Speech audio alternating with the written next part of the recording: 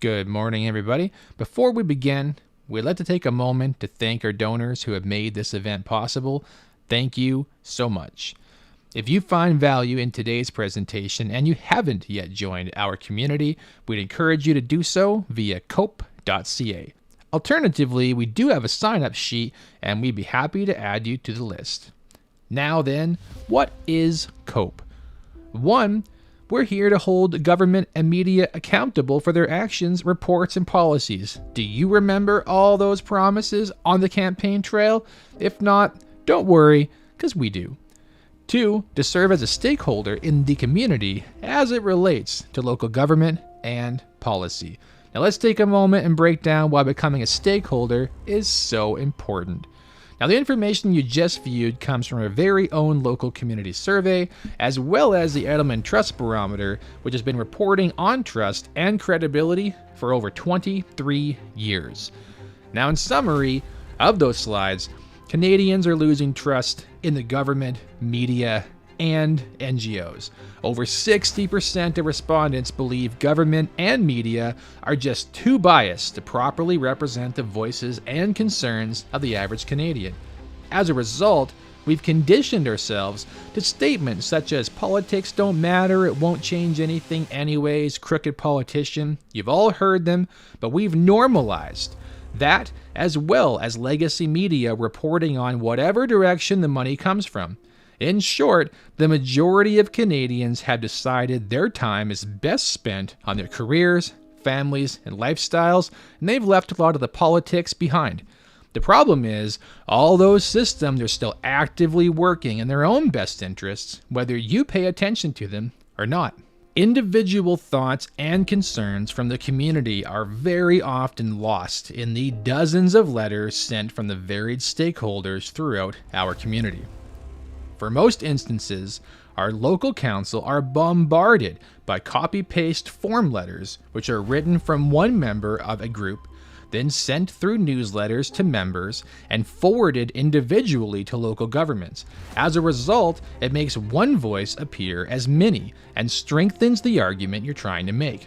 As example, North Cowichan's Community Satisfaction Survey showed over 83% of residents have concerns surrounding affordable homes, taxes on homes, and homelessness, and 7% place climate change as a top concern.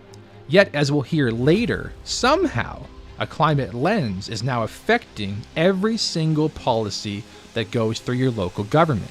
How did 7% of citizens end up affecting such a massive change to local policies? You guessed it, as stakeholders. COAP intends on fighting fire, with between 70 to 80% of the eligible voter base not even showing up to vote. It's easy to see why these smaller alarmist groups are now serving as the voice for the entire community. The general population has effectively checked out and left all policy decisions to be made by these very invested special interest groups who can rally their followers to force change while everybody else is busy working and raising their families. Now, we know it's incredibly difficult to follow local politics, and it's not easy to understand which policies will even affect the way you live, run your business, or raise your family. And that's where we come in. We'll do the digging for you, we'll attend the council meetings, we'll write local government, and we'll serve as your voice. Let's level the playing field and ensure the missing 3/4 of community gets their voice back. Thank you for supporting the Citizens Oversight and Accountability Project. Okay,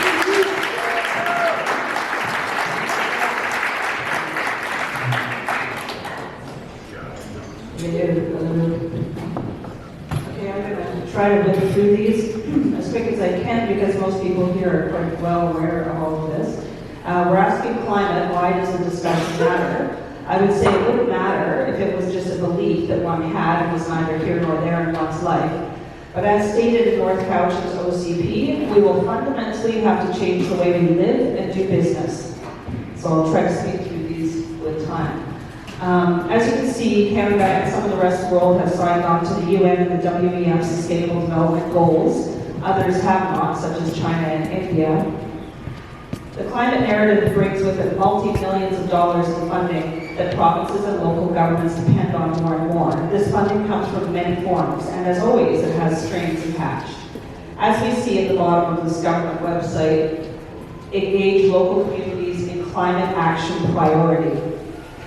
Carbon is a big business, and the scientists ahead will be speaking on carbon and its demonization. We also see the rise in highly funded, well-structured, very influential NGOs, many of which have international ties, yet influence local public policy. Here we see a few like the Climate Caucus and the Climate Reality Group. Many of these groups work in partnership with each other and are often funded by anonymous donors and even have entities such as Microsoft, Facebook, and Google. As we see, our local communities have all jumped on board this global plan here. You can see the compact buildings covered in, no you can't, hold on a second here. Covered in green to make 15-minute cities look inviting. Every local government has signed on to either a charter or promises to the provincial government. Here we see more of the NGOs and their influence locally. Transition Cowichan, which is part of the International Transition Network, who helped pressure local governments to declare a climate crisis in 2019. COAP has sent in a request to Ladysmith, Duncan, North Cowichan, and all area directors to see the data, debate, and discussion that must have ensued to make this monumental declaration, but we have yet to get a response back. We have read the letter presented by this group, and the only science cited in it is the IPCC report, and you folks will hear a lot about that coming up.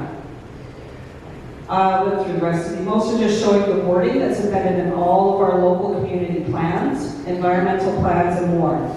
I do not find a lot about the environment, though, anymore, just plans about to somehow change the literal climate through drastically changing our lives and impoverishing ourselves along the way.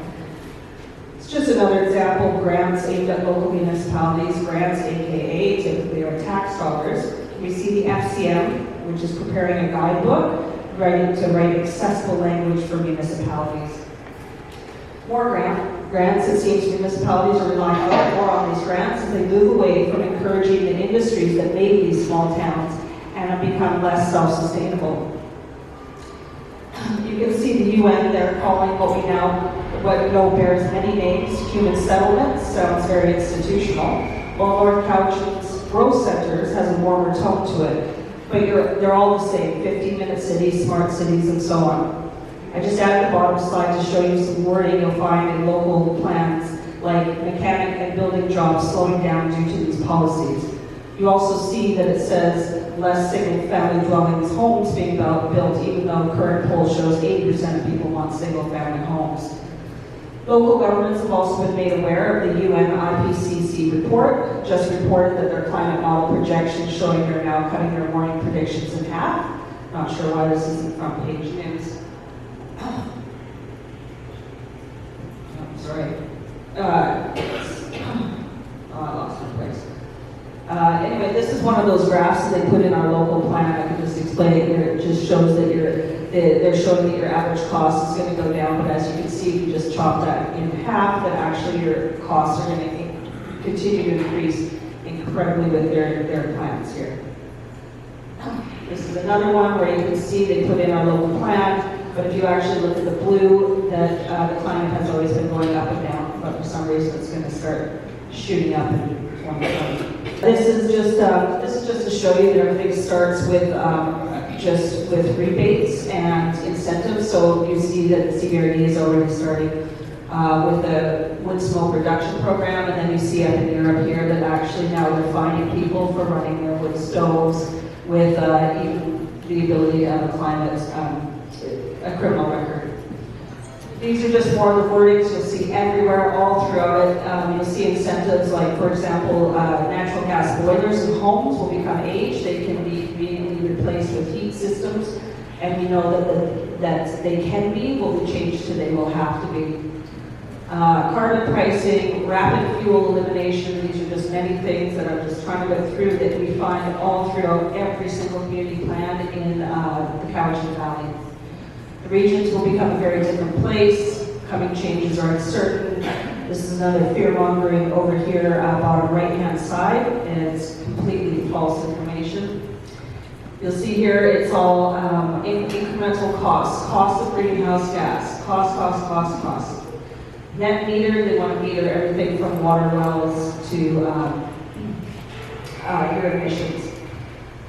Removing all active, they want 35% of active mobility. Active mobility means walking and scootering, so they want about 70% less to all, not own vehicles anymore.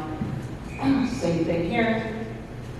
And this is this last one here is eliminating fossil fuel use, increasing minimum housing density, which is just building mini Langfords everywhere. But in the bottom left-hand side, you'll find this wording throughout. Most people won't read the 300-page plan, but this one here, you'll find words like, without eliminating livestock, agricultural emissions will remain an issue. And I find that an incredibly scary sentence. So, and we see that that's happening right now. That tonight was the last time we milked our cows after 90 years. This is it for the organic dairy sector. We are allowed to continue because we're labeled a peak polluter. We fought for 3 years and our government destroyed our lives. Donal O'Callaghn is an electrical engineer and retired scientist who held a 37-year career in food technology, research laboratory, and remit for improving manufacturing efficiency in the dairy sector, including some energy efficiency projects. Over the last 5 years following retirement, Donal has been interested in climate science and energy policy. Mr. O'Callaghn is a member of the Irish Climate Science Forum. The Irish Climate Science Forum was founded in 2016, and its members include Irish scientists, engineers, and other professionals. They are committed to identifying and disseminating the latest climate science to all with an open and inquiring mind. Driven by the imperative of objectivity, personal contributions, they do not accept corporate or sector funded to ensure scientific objectivity. Welcome, Donal, from Ireland. Hello.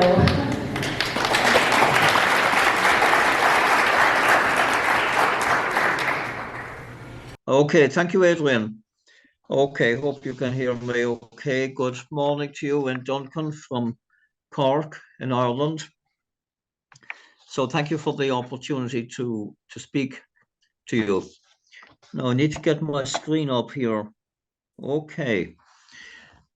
So, yeah, I took an interest in climate. I was introduced to the ICSF about 5 years ago by a former work colleague of mine, and I started to attend some of the talks. Took me a while, I started out from the position of believing the climate consensus, and then I thought maybe there was both sides could be half true, but as I looked at the data, I was left really with no choice but to reject the consensus. So I'll be talking mainly about the climate narrative and the harm it is doing to energy systems. So my talk will be in 3 parts. First of all, examining what I mean by the climate narrative, and then what the evidence says about the climate narrative, and finally the harm being done to energy systems as a result. Climate narrative is what we read in mainstream media all the time, and here on the television and newspapers and so on. These were the headlines in August 2021 at the time of the launching of the Intergovernmental Panel on Climate Change. That's the IPCC report, the most recent major report that they did, the 6th assessment report. And at that time, there were fires in Greece. Many of them were linked to arson, but here on the newspapers, they were linked with climate crisis. And you had this heading, Code Red for Humanity, which came from the Secretary General of the United Nations when he was launching the report. Here he is a few months later, using the same phrase, climate crisis is a code red for humanity. When he launched the report, he said that the report was code red for humanity. So I want to say something, first of all, about the reporting process, the IPCC reporting process. First of all, scientists draft the report. These are scientists nominated by their respective governments. And those reports, run to thousands of pages. Along then come the governments. The governments write a summary for policymakers, which is supposed to reflect what's in the report. But there's a third step, and I only found out about this third step a week ago, which is that the report is edited to make it consistent with the summary before it is accepted by the governments. Now, one might think that it would be the summary that would be edited to make it consistent with the report, but no, this is how it's done. And I've seen the video that will be shown after my talk, which was put together by Adrian. And one of the clips on that, Professor Bonavac, is talking about the IPCC report, not the one I'm talking about, but an earlier one. And he's giving an example of where the draft report, where a statement in the draft report was changed in the final report to make it mean the opposite of what it said. So that is the reporting process that we're dealing with. The underlying narrative around climate change then is, it's really composed of three assertions, which will be very familiar to all of us. One, the Earth is warming. Two, we have a global climate emergency.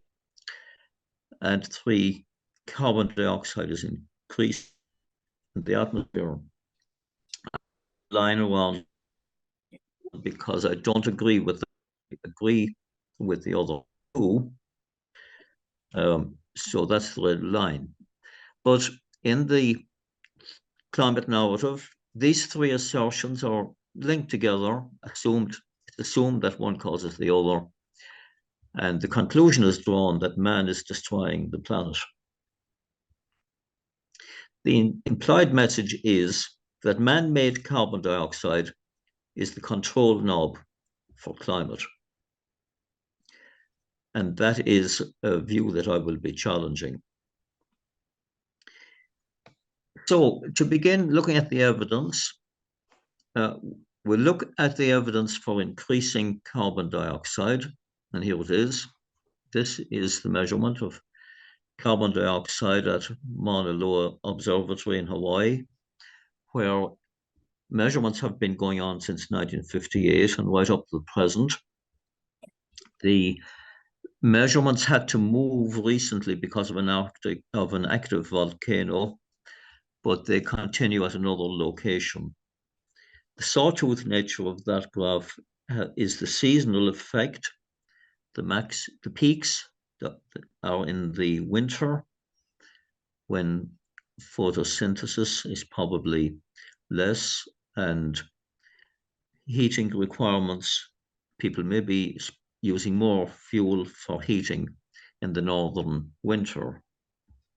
But there's no doubt that carbon dioxide is increasing in the atmosphere all the time, every year.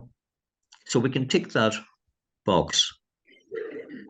Just about the scale, for 400 parts per million, that is 0.04, or do you say 0.04%, less than 1/20th of 1%. So it's not a lot really, and I would be saying that it's not a problem at all. It continues to increase, of course, but political efforts to stop it, going back to the launch of the IPCC, organization, Kyoto and the Paris Agreement, and the various COP meetings, COP26 and COP27, and so on. And it will continue increasing. I don't see an easy way of stopping it. And the efforts of the Western world, America and Europe mainly, on their own will not be sufficient. And even for them, even for our countries to reduce the emissions enough to make an impact on the increase in carbon dioxide is, I would say, most unlikely. Now, here are the emissions. These are the emissions associated with human activity, known as anthropogenic emissions of carbon dioxide. And they are increasing, also have increased dramatically since the post-war economic expansion. Just to mention, the two things are not the same. The carbon dioxide in the atmosphere, it's not all anthropogenic. And it's not really known how much is and how much isn't. There's an exchange going on all the time with photosynthesis, and also there's much more carbon dioxide stored in the sea than in the atmosphere. So it's all a bit complex. Here are carbon dioxide levels in the past. Geologists have a lot to inform us about in climate, and they are rarely consulted, rarely referred to by the IPCC. But they know about past climate. And here we see the present day, our present day level is here. And for most of the past 120 million years, levels have been much higher. So obviously this has nothing to do with industrialization. And all those levels are quite safe. In fact, much higher levels are in US Navy submarines, where people are working every day at up to 8,000 parts per million, and quite safely. So come back again later to carbon dioxide, talking about greenhouse gases. But I just want to move to warming. The question of warming, the Earth getting warmer, and to ask the question, how much warming is taking place? We're going to Salem, Oregon, where temperature has been measured since 1893. And here's the plot of the temperature from 1893 up to today. And it's done by season. This is the way I prefer to plot the data. So we have summer and we have winter and spring and fall as well. So looking in particular at the summer temperatures, each point, remember, is the mean summer temperature for 1 year.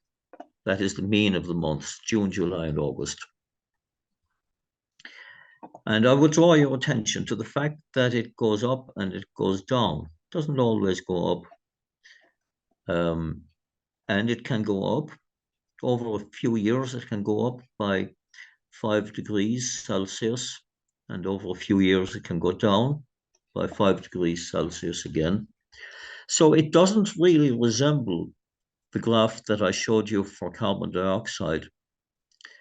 So there is that says that there is no direct relationship between the two. And any influence that carbon dioxide has on the temperature is not great. It's not dramatic, let's put it that way. Now the dotted line here that shows the trend, that is the line that best fit to all the points. So that shows an increase, yes, that shows warming. A warming trend of 1 degree over 125 years. Now, when you consider the variation from year to year, which can be 5 degrees, the difference between summer and winter, which looks like 15 degrees, and the difference between day and night, which I suppose is typically 10 degrees. 1 degree of warming is very, very little and no indication whatsoever of a climate crisis. So far, not finding any evidence. This is temperature monitored by satellite, going back to about 1980. So this is a measure of global temperature by satellite. And the red line is the 13-month average. So that's really the annual average. And you see that also goes up and down. The scale is only tenths of a degree. This is plotted a different way, but it goes up and down. You know, it can go up and down, up and down, up and down. Yes, there is an upward trend of about half a degree over that period of time. Interestingly, in the last 7 years, there was no global warming. There is up and down and up and down, but in that period, there's actually no indication of global warming, some kind of pause, perhaps. Now we look for evidence of a climate crisis in weather patterns. So we're looking first of all at heat waves in the US. So we're looking at maximum temperatures, maximum yearly temperatures, going back to 1960. And we see these maximum temperatures going up. So that's the records being broken, all of that type of thing. But then if we go back to 1900, and we have the records going back to 1900, we see a different pattern. And when we look at all that data, we don't see any upward trend at all. And the recent trend, at least the trend since 1960, seems to be a repeat of a trend that was there 80 years earlier. So that shows that in looking at data, weather data, from the point of view of looking for climate change, one has to look over a long period of time. And often one has to look over 100 years to get a bigger picture. Looking now at the frequency of tornadoes, this again is in the US, because tornadoes are supposed to be becoming more frequent and also to become stronger or violent. So this is the count of all tornadoes. And we certainly see that from the 90s onward, there was no trend. So even though CO2 is increasing all of that time, there is no trend of tornadoes becoming more frequent, indicating, we're not seeing a climate in crisis here. So what's going on before 1990? What's going on is that we have become better at measuring the lower category, the category 0 tornadoes in the satellite era. Satellites are now used to detect them, and there are other better methods also. So we're better at recording the category 0 tornadoes. So if we're to get a better picture over this period, we should really start counting from category 1 upward. They go up as far as category 5. When we take category 1 upward, this is the graph. It's from Steve Coonan's book, Unsettled. And there's no trend. A lot of variation. And that's the nature of weather. That's another thing to pick up as we go along. The weather is a somewhat chaotic system, but there's no indication whatsoever of an increase in tornadoes. And if we look at the more powerful ones to see if maybe the more powerful ones are increasing, we look at a graph from category 3 upward. Guess what? They're decreasing. Don't know why, but they're not increasing. So that's part of the climate narrative, that tornadoes are increasing in frequency and intensity, has no evidence to support it. We turn now to melting ice and sea level rise and ask, is that caused by CO2? Well, here is the climate narrative. This polar bear is in danger, and so are you. Here's how global warming is already threatening the planet. Be very worried. Now,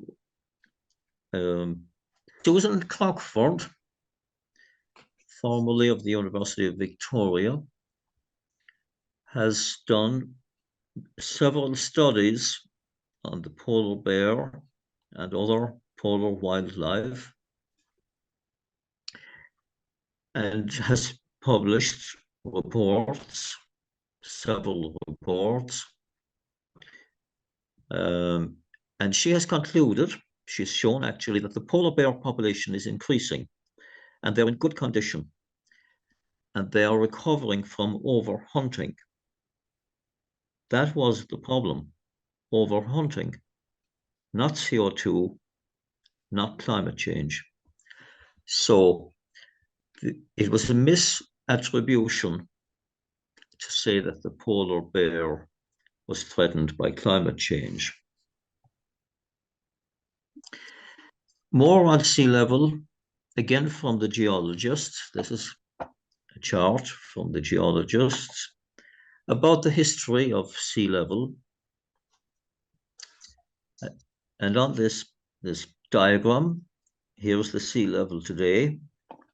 And down here is the sea level as it was in the last ice age, 125 meters below where it is today. That's actually hard to visualize. So that's an indication of how long sea level has been rising, long before industrialization. So again, no indication, no indication here that this is a phenomenon associated with industrialization or recent increases in emissions. What we're looking at is a natural phenomenon, and there was civilization. Humans were around 18,000 years ago. In fact, human civilization has already lived through at least 2 ice ages. So that in itself shows the ability of civilization and life in general to adapt to climate change. And if one wants to know how to deal with rising sea level, ask the Dutch, because half of the Dutch population lives below sea level. Here we have a temperature record, again from the geologists, of the last 200 years. So we see warm periods and cool periods, even a little ice age just a few hundred years ago. At least it ended a few hundred years ago. Incidentally, some of you may have heard of ClimateGate, or maybe you heard of the hockey stick, and without going into detail on it, it did involve an attempt to suppress the medieval warm period from the record, as it doesn't suit the climate narrative. But that's another story. Here we are in Glacier Bay, Alaska, where the little ice age, as the name suggests, the bay was frozen solid during the Little Ice Age, and it reached the ice reached all the way to the icy strait. Since then, it has retreated 65 miles, continues to retreat, of course.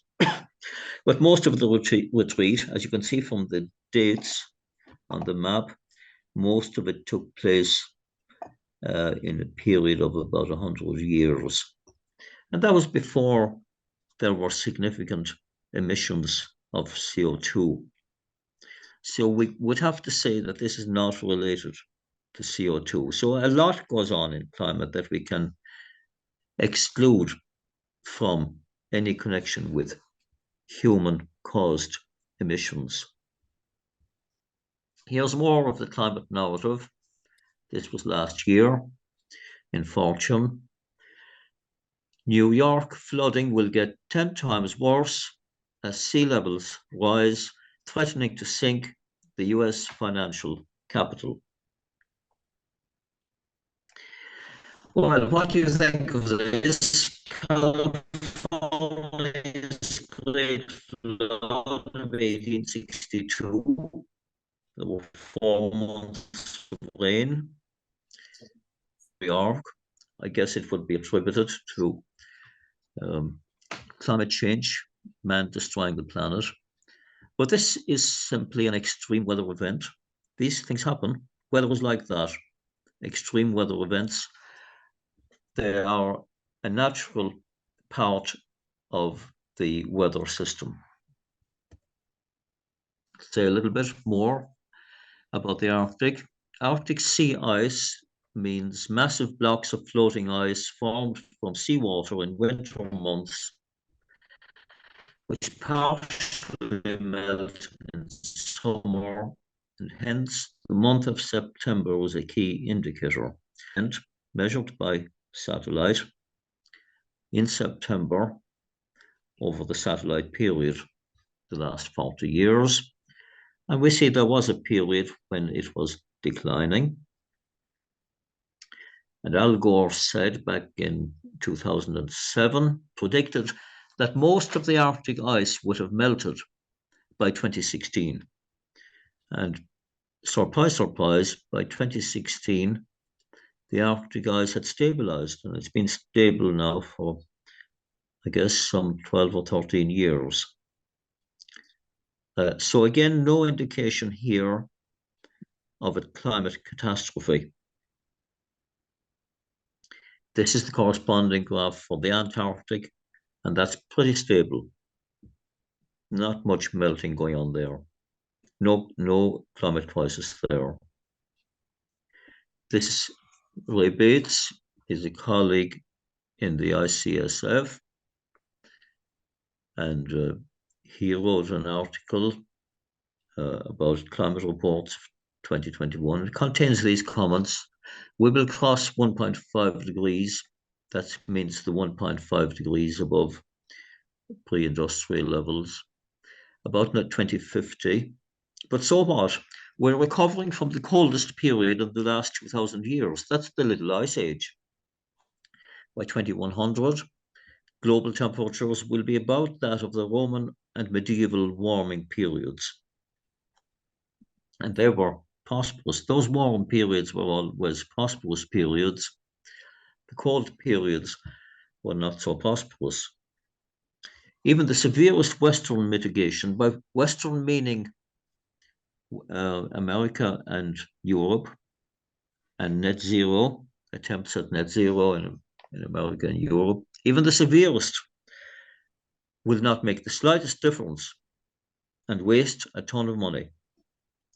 The 100-year average of tide gauges, so that's the measurement of sea level from all over the world, remains at about 2 millimeters per year, sea going up at 2 millimeters per year with no acceleration evident.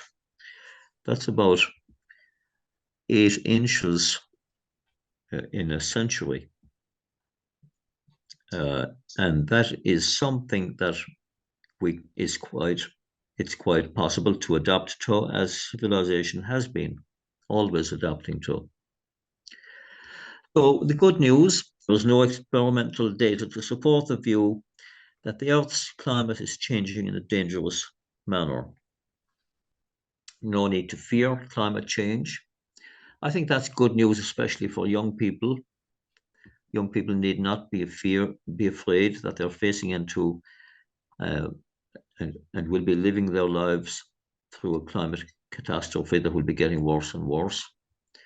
And the carbon dioxide control knob is an illusion. So we who know that, we're not afraid of climate change. Going back now to the gases, greenhouse gases and climate models. Just to ask the meeting a question, what is the main greenhouse gas? Some of you probably know the answer, but unless you've been studying this topic closely, you would not make the right guess, you would not know. So I'll give some facts. Water vapor in all its forms, like clouds, warms the earth by about 25 degrees.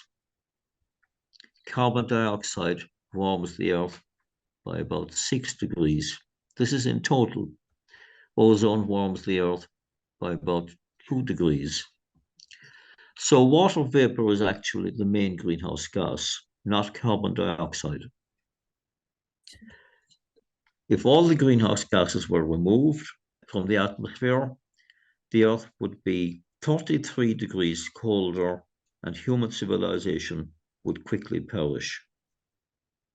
So greenhouse gases are very important to civilization.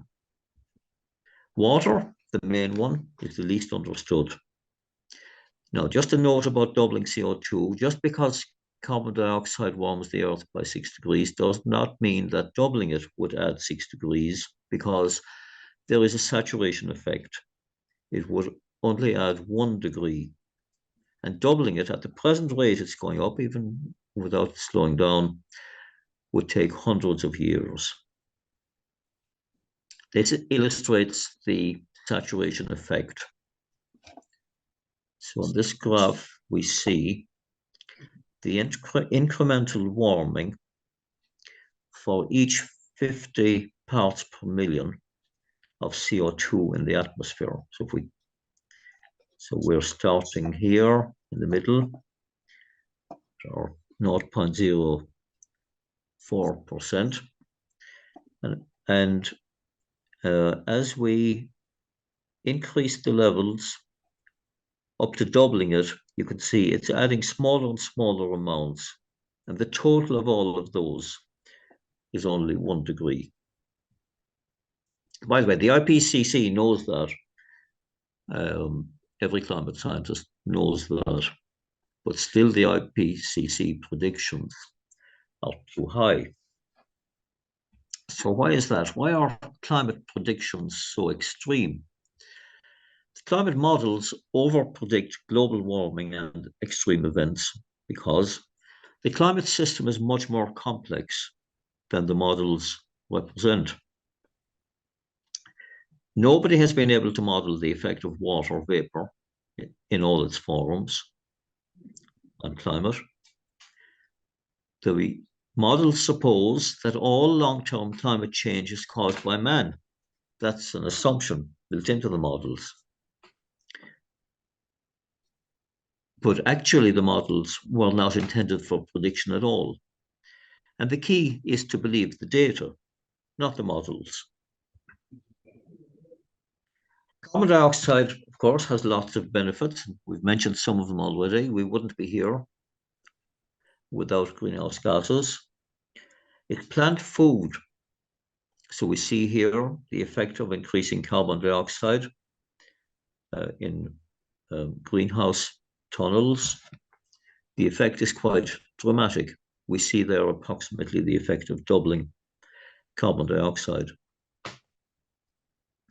And that effect is reflected in increasing crop yields since the 1960s, partly attributable to the increasing CO2 levels. There's a greening of the Earth that can be observed by satellite. So this satellite imagery projects that greening due to increasing CO2, partly due to some additional warming as well. William Happer, Princeton physicist, in my opinion, is one of the top. He, along with his colleague, William van Wijngaarden, I would think of them as possibly the top experts on atmospheric physics. They have modeled, theoretically, they have calculated the effect of carbon dioxide, the warming effect of it, and of the other greenhouse gases, not water vapor, because nobody has done that yet. They've published the results and so on. And they have validated their results using satellite measurements. They're the only physicists that I've come across who have validated their theoretical calculations. Here are some quotes from William Happer. Basic science shows increasing levels of carbon dioxide, nitrous oxide, and methane. That was mentioned on the video earlier as well, also targeted in climate policy. The increasing levels will not cause a climate emergency. This is another extraordinary popular delusion and madness of crowds in the sad history of human lust for money and power, folly, and cowardice. More CO2 will benefit life on Earth because of its value to agriculture, forestry, and photosynthetic life. Rational people, that's the people here at the meeting, rational people need to push back against climate fanaticism, which is not based on science at all. The weakest part of the argument about climate change is whether it is dangerous. CO2 is not a toxic gas. While it has been increasing, the world has become greener, equivalent to adding the landmass of the USA into production since the year 2000. And the warming effect from nitrous oxide and methane is expected to be less than 0.1 degrees C in the coming century. Insignificant and unmeasurable, I would say. Too small to even measure. So all this business about culling cattle numbers, and we have it in Ireland as well, it has no evidential base to it.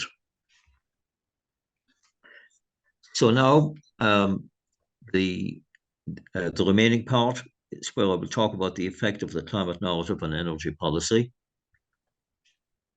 Two major issues. I want to highlight two major issues with energy policy. One is that proposed solutions create more problems than they solve. And most of the proposed solutions do not have a sound engineering basis. One would think that they should have. Here we have most of the solutions that are proposed, represented here. Wind generators for the electric grid, solar power for the electric grid, battery storage for the electric grid, hydrogen storage for the electric grid, electric vehicles, hydrogen vehicles. Without going into all of the problems with each of these, just want to mention one common problem to all of them, and that is if they are introduced in the scale that is planned, they will create an impossible demand on the mineral resources of the world, such as lithium, such as copper, and also the rare metals, such as platinum, for example, which is needed in the creation, in the manufacture of hydrogen. So my point is this. What is the point in replacing CO2 emissions with rapid depletion of Earth's mineral resources? I don't see any point. Even the logic of that I find hard to fathom. Second major issue that I want to mention with energy policy is that proposed solutions are generally unaffordable. Now, an example is wind-generated electricity.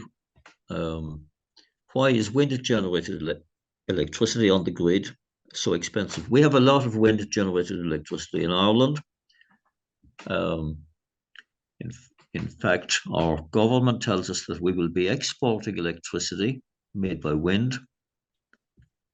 We will be the wind exporters, the Saudi Arabia of wind. That's what our government tells us.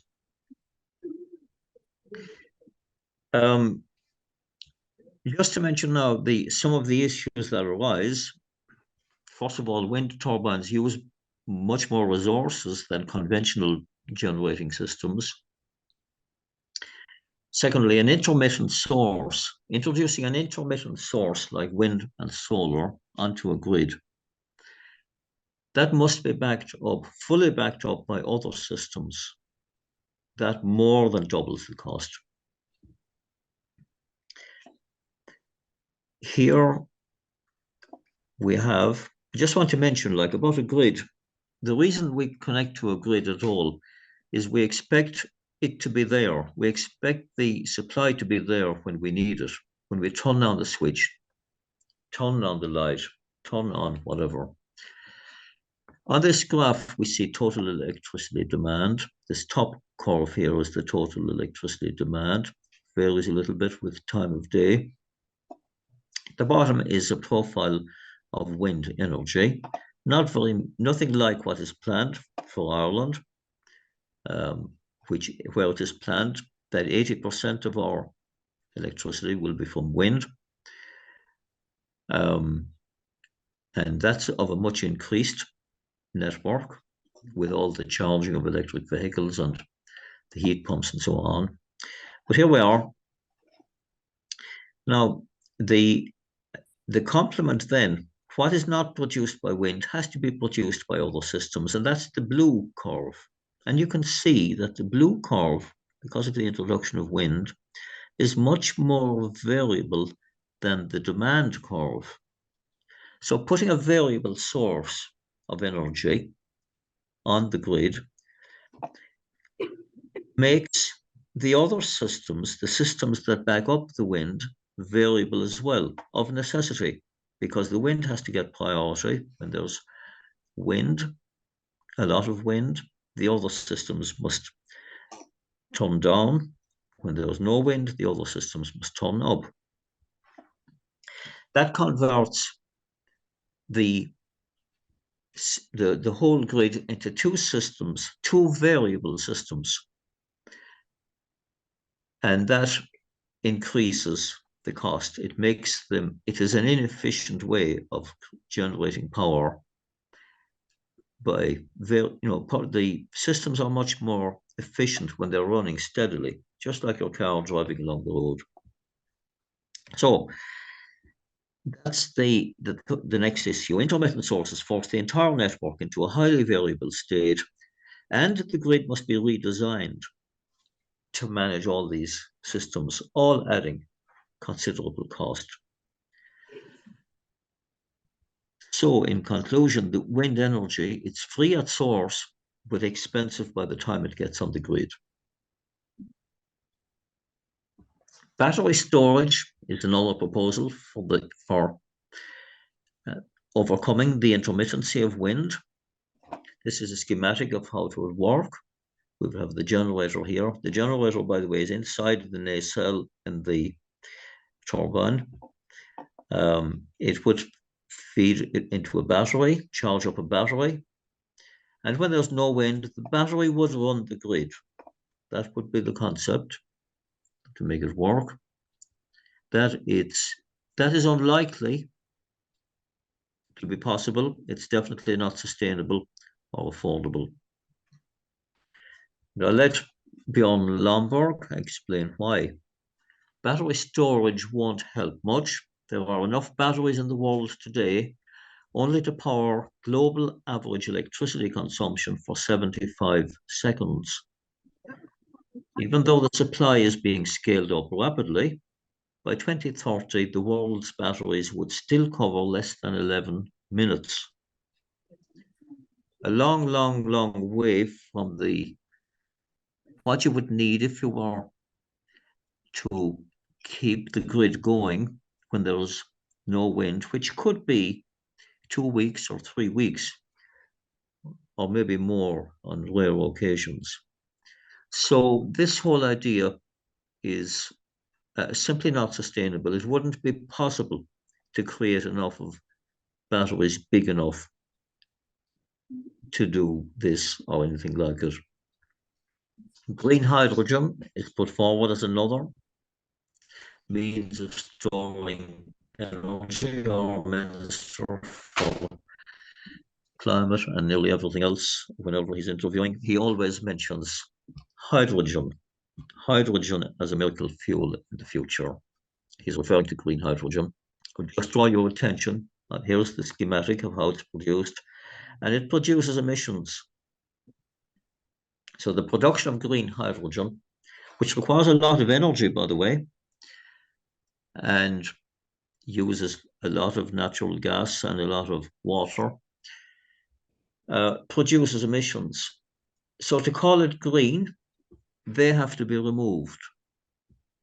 They have to somehow be trapped, be collected and trapped and stored, and all of that makes it very expensive, unaffordable. Here's a report by John Constable in the UK, and these are some things that he said. Of course, hydrogen is referred to as a future fuel. It's always a future fuel, way out in the future. He said it's not grounded in any recent technological breakthrough. You know, the first car ran on hydrogen, so it's not a new idea, not a new technology, but there hasn't been any recent technological breakthrough to change the economics of it. It's a desperate measure, critically dependent on carbon capture and sequestration of the emissions arising from the production of hydrogen. So it's neither affordable nor sustainable. Is there any point? In the UK, there's a proposed hydrogen levy from 2025 to fund the production of low carbon hydrogen. Now, if it was economical, it would not need a levy, energy levy, to fund it. Eventually, electric vehicles will also only be for the wealthy. They are pretty expensive as it is and getting more expensive. And the government plans are, and this applies everywhere, the plans are to reduce long-term dependency on single passenger vehicles. So we may get electric cars, but eventually we won't have our own cars. We won't own them because the policy is to get us out of cars and onto bicycles and also on our feet, walking and using public transport. And I don't know how it is in Duncan, but where I come from, public transport is not very good. So wartime measures are being proposed in the imaginary battle against global warming. It's from the Times very recently in London. Second World War style rationing of petrol, that's gas to you, household energy, and meat also, could help to fight climate change, British scientists have recommended. So It's a bit depressing. I think we know who will pay the price for all of those things. Coming near the end, we have the wrong basis for energy policy. It has two legs. One is the climate crisis narrative, which conditions people for emergency measures necessary in the public interest, quote unquote. And the other leg is promised technology that is not fit for full-scale implementation and is neither sustainable nor affordable.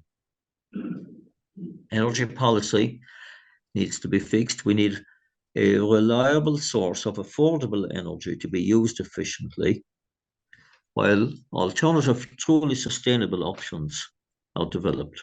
And current energy policy does not meet any of those objectives. I think it makes no sense to deprive people of energy choices that are affordable. What about developing nations? What about poor people in Western countries? Policy that provides energy for the rich alone is not acceptable. Again, Bjorn Lomborg, on the cover of this book, and I haven't read the book, but I like what it says on the cover. How climate change panic costs us trillions, and that's mostly related to energy politics, the planet. This is a World Climate Declaration, and 1,500 scientists and engineers have signed it. And it says that climate science should be less political, climate policies should be more scientific, scientists should openly address uncertainties and exaggerations in their predictions of global warming, and politicians should dispassionately count the real costs as well as the imagined benefits of their policy measures. So, in conclusion, it is much better to adapt to a changing climate, as civilization has always done. It's not climate that needs fixing, it's climate policy that needs fixed. And I have here our website of ICSF, where you will find recordings of lectures that we have hosted since the beginning of COVID-19. So that's the end, and thank you for your attention.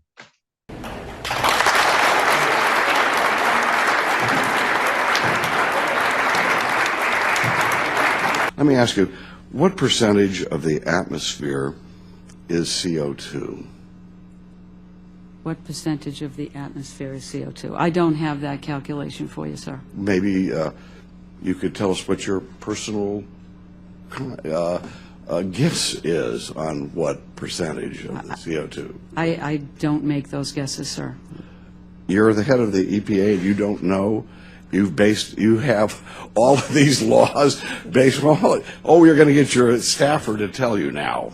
But you're the head of the EPA and you did not know what percentage, and now you are basing policies that impact dramatically on the American people, and you didn't even know what the content of CO2 in the atmosphere was, which is the justification for the very policies you're talking about? Because Al Gore, the average D student, thinks that he understands climate. My God, it's as sure as gravity. He always say that.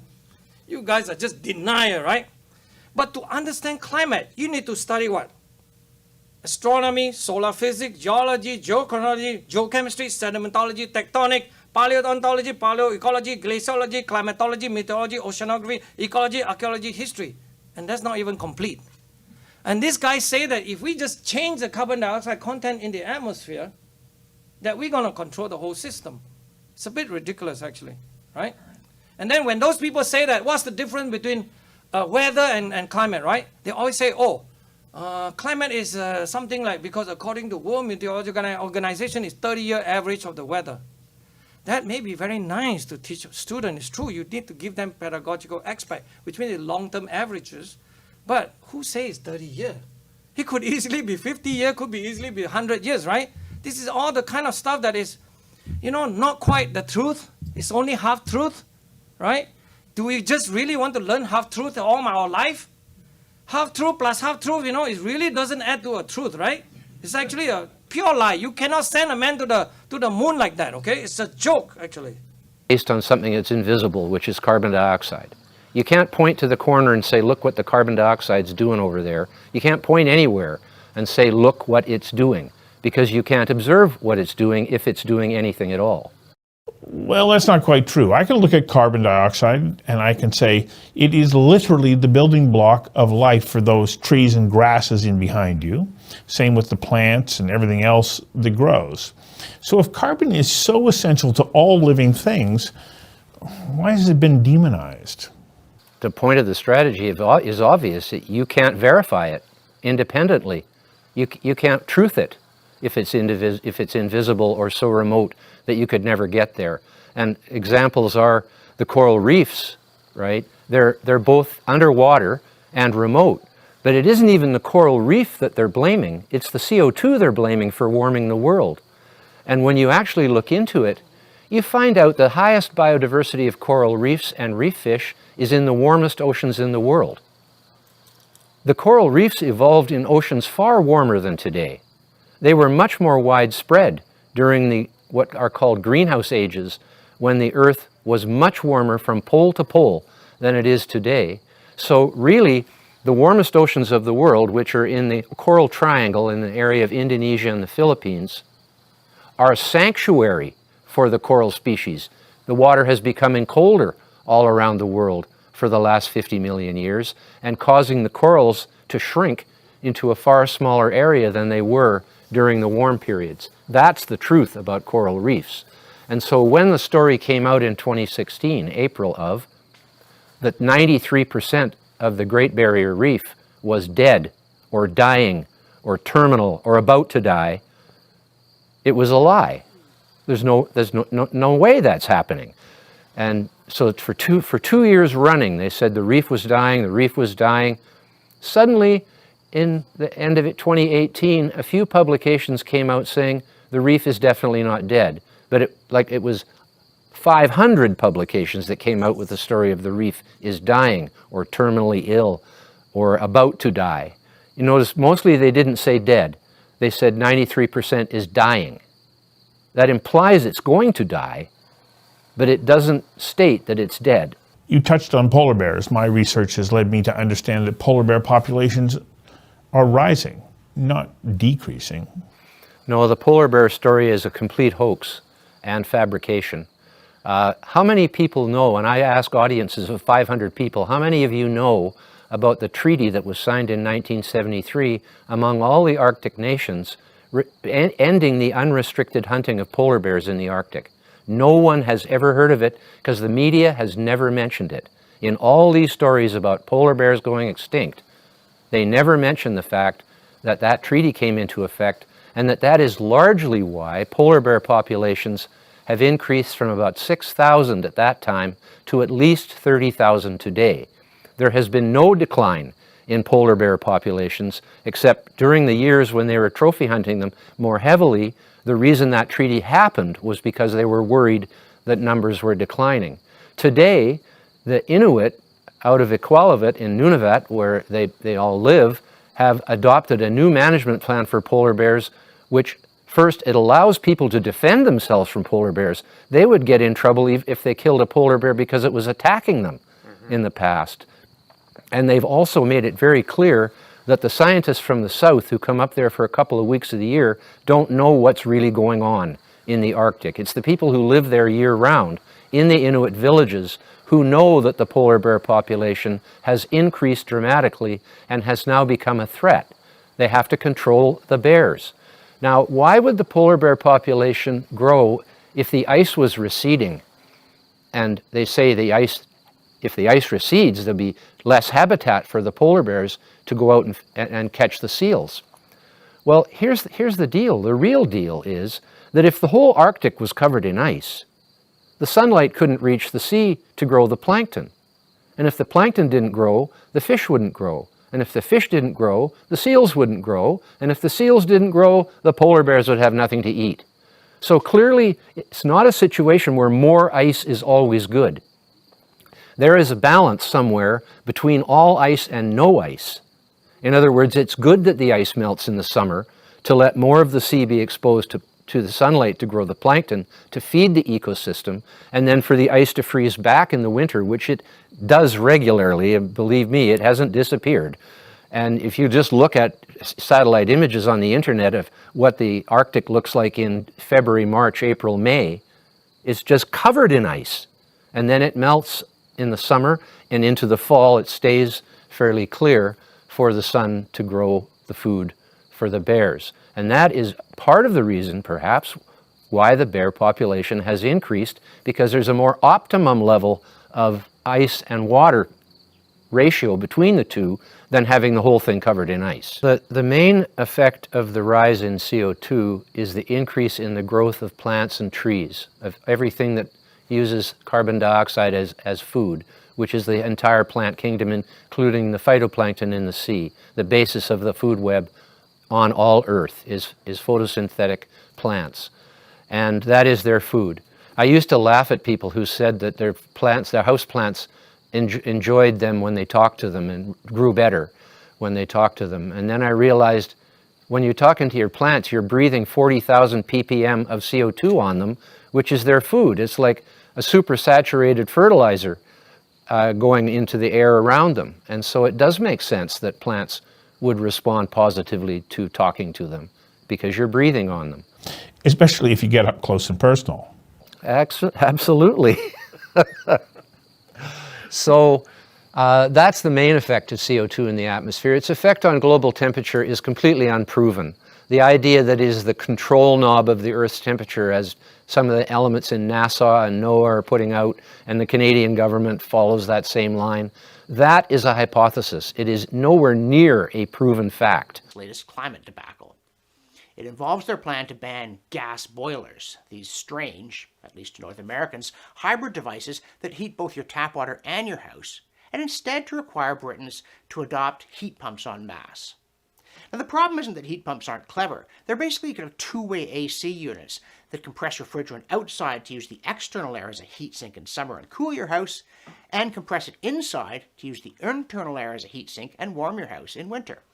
But they're economically dubious. If they weren't, people wouldn't need to be forced to install them, and it now turns out they're environmentally dubious as well. The German Federal Environment Agency, aka the Umweltbundesamt, says that the refrigerants involved are a significant hazard to public health and the environment because they contaminate the water. How did Boris Johnson et al. Not figure this problem out before they leapt? As usual, I think, it's a difficulty realizing that all technologies have the pluses and minuses, instead of thinking one's the work of angels and another of devils. Thus, it also turns out that these massive wind farms that are eating up vast quantities of natural space and chopping up birds and bats are also, by pulling energy from the air, changing the environment in unforeseen ways. Though one of them should have been foreseen. It's that by sucking the energy out of wind, in order to pump it into the grid or batteries, they suck the energy out of wind. Which means if you have one wind farm that's downwind of another, the one that's upwind luffs the next one. Apparently, wind farms significantly slow wind speed for dozens of kilometers, sometimes as much as 100. What's more, the ones that are placed at sea to spoil the view also reduce the amount of mixing of the sea by wave action, which affects salt and oxygen content, temperature, and nutrients. 8,000 meters, something like that. And so if we could see the temperature of that bulk atmospheric layer, we would have a very robust measurement. And the microwave sensors on the NOAA polar orbiting satellites did precisely that.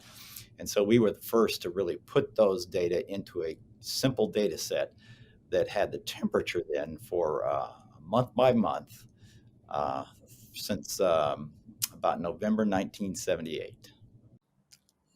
Okay. And how did your readings differ from the climate science at the time? Well, first of all, they differed because we had a global measurement. We really did see the entire globe from satellite because the orbit of that satellite is polar and the Earth spins around underneath. So every day we have 14 orbits as the Earth spins around underneath. We see the entire planet. So that's one big difference.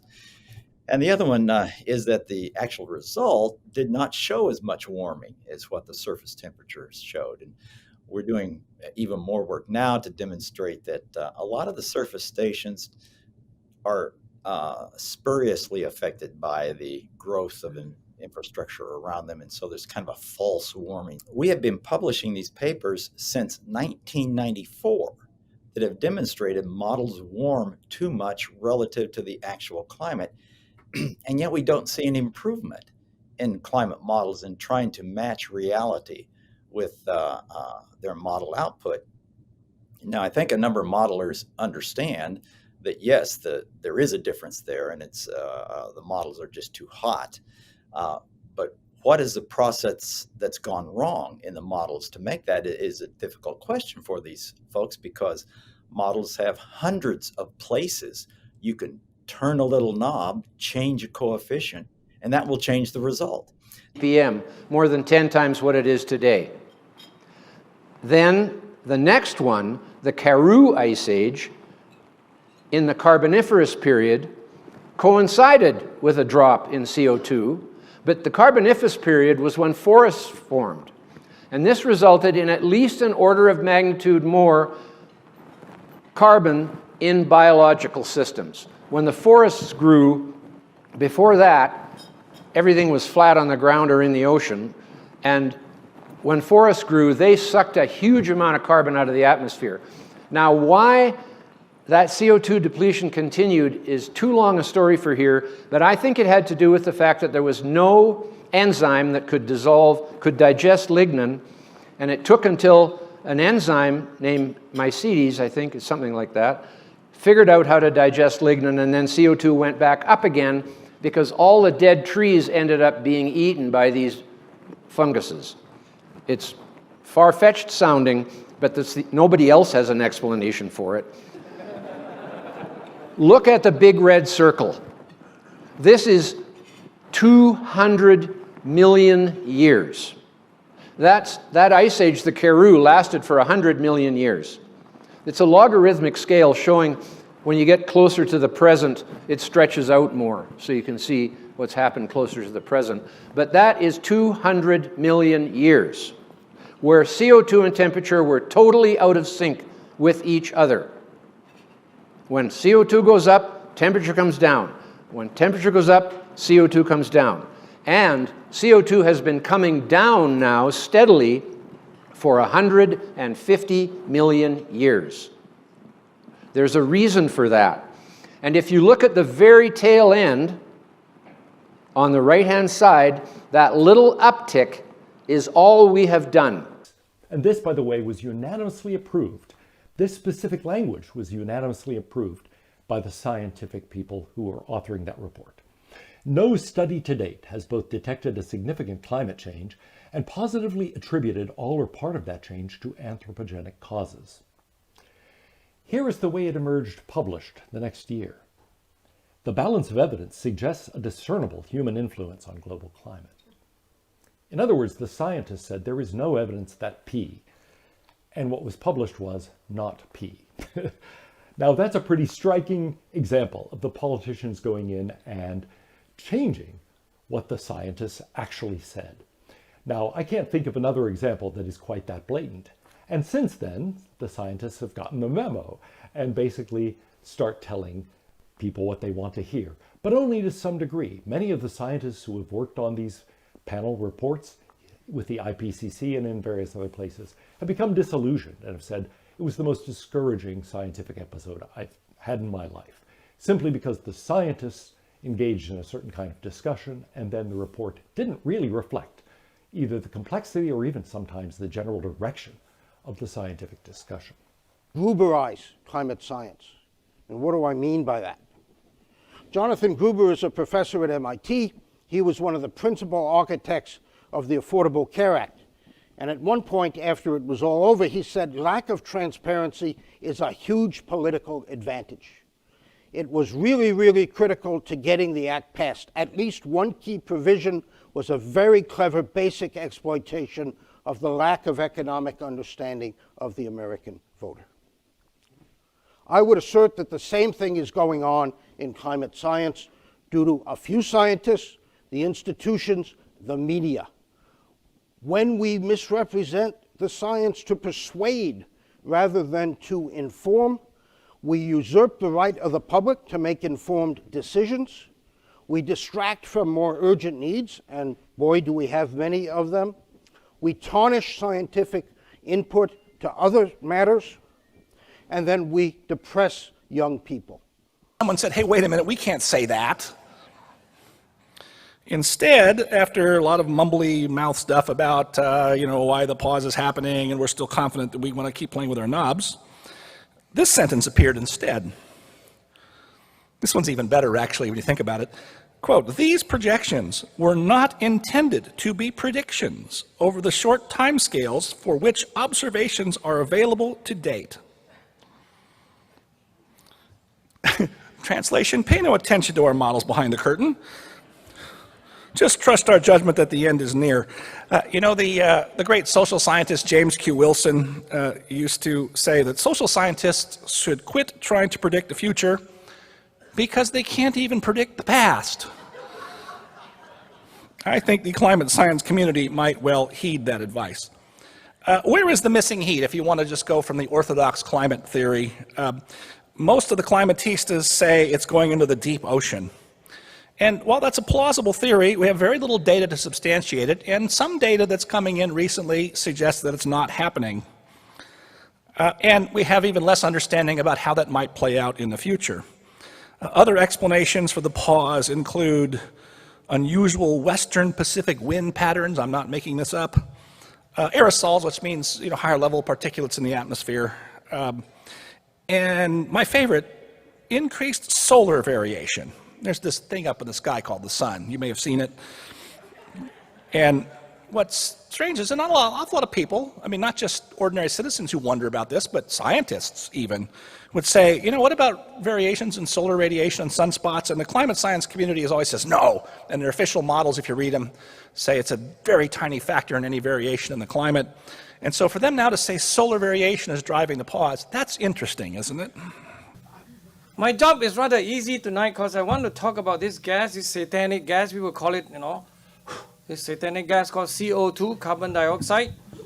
And the carbon dioxide, according to the wisdom of what you call the United Nations Intergovernmental Panel on Climate Change reports, that says that if you were to keep putting this carbon dioxide into the atmosphere, the globe is going to warm, the sea is going to rise, the polar bear is going to say, stop drinking Coca-Cola and say goodbye.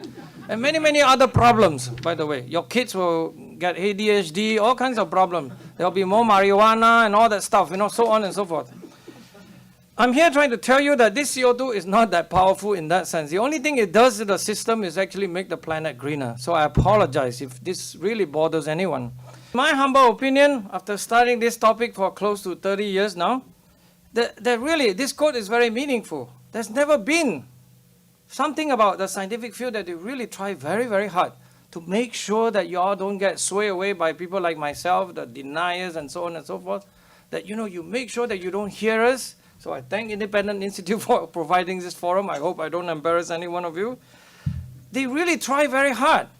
And then every time that you say, though, you want to, I want to ask a question. No question. You just believe us. Every time you say, can we have a little debate? I don't understand your facts. Can you explain to me? They just say, no. Al Gore says so.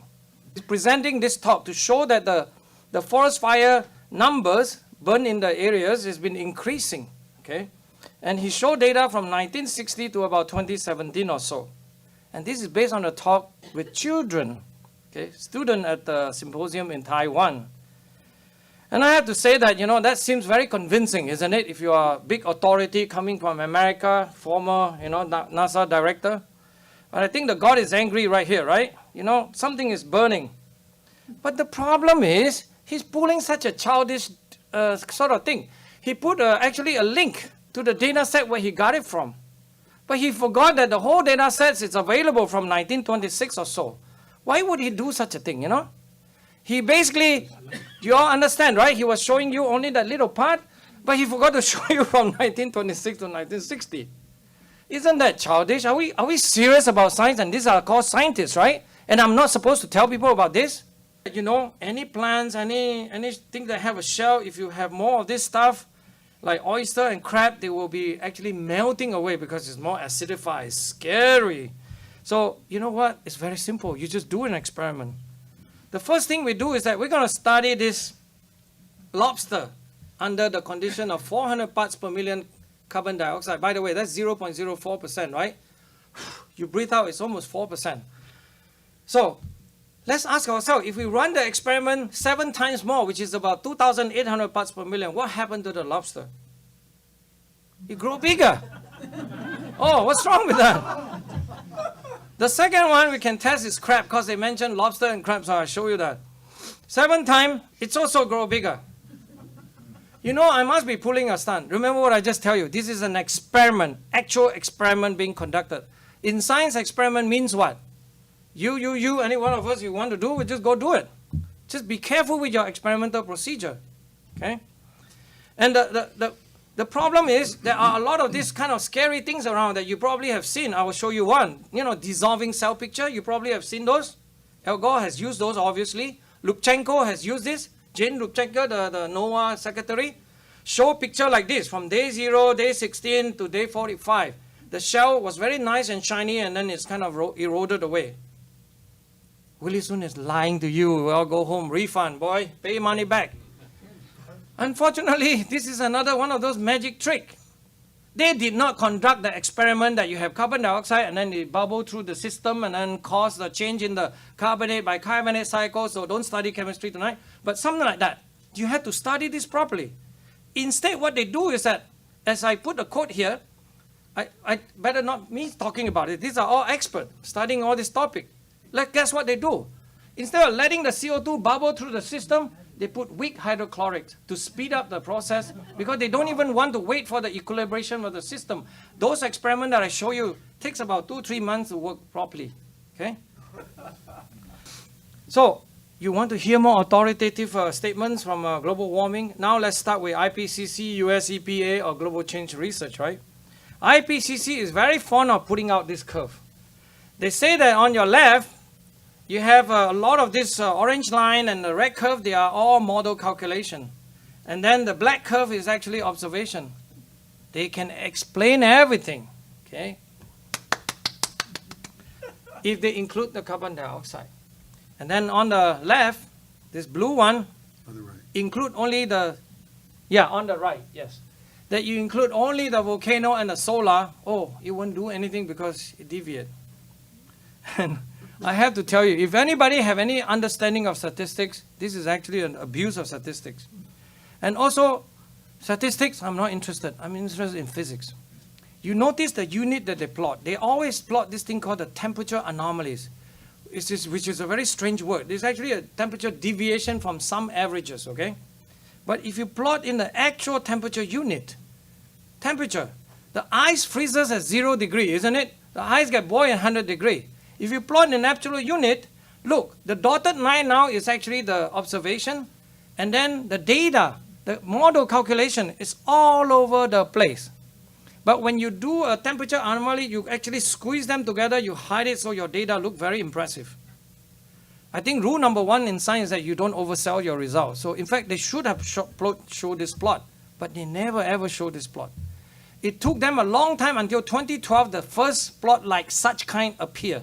It has to be done by amateur scientists. They want to change the reality by using this human law, not the physical law. CO2 could never ever be an air pollutant. This is really a messy business, by the way. This is telling you something is very strange here. And then my third point is that the sun is, in my humble opinion, is primary driver of climate change, and one should study as much as possible. Again, I do not make the claim that we have found the evidence. I'm merely showing you that there's a lot of interesting hint and one should study it and understand the exact way in which the sun affects the Earth system, including sea level change, all this other stuff. And then you have to remember, climate model, that famous thing, the tools. They actually come at tools. I say it's so misleading. It's really not like knife at all, where you can use to chop, you can do so many things, including killing people. You can do so many things. This climate model is almost useless, in my humble opinion. It's supposed to be some kind of a pedagogical tool, some tool to learn, But it's not for forecasting at all. It's simply not ready, right? Because they cannot represent a lot of this physics and chemistry and all this problem. That's what the problem with climate model. It can never be used for public policy, no matter how many people say about it, no matter what the Supreme Court is saying. This is my last slide. My last slide is to quote a good friend of mine by the name of Professor Richard Lindzen, retired already from MIT because he's a bit fed up. He needs a rest. He really said that this problem is rather serious, really. He said when the historian, what historian would definitely wonder about in the future century is how deeply flawed logic, obscured by shrewd, unrelenting propaganda, actually enable a coalition of powerful special interests to convince nearly everyone, except lucky few like us, right, in the world that carbon dioxide from human industry was a dangerous, planet-destroying toxin. It will be remembered as the greatest mass delusion in the history of the world, that carbon dioxide, CO2, the life of plants, was considered at time to be a deadly poison. Okay, I finished. Thank you.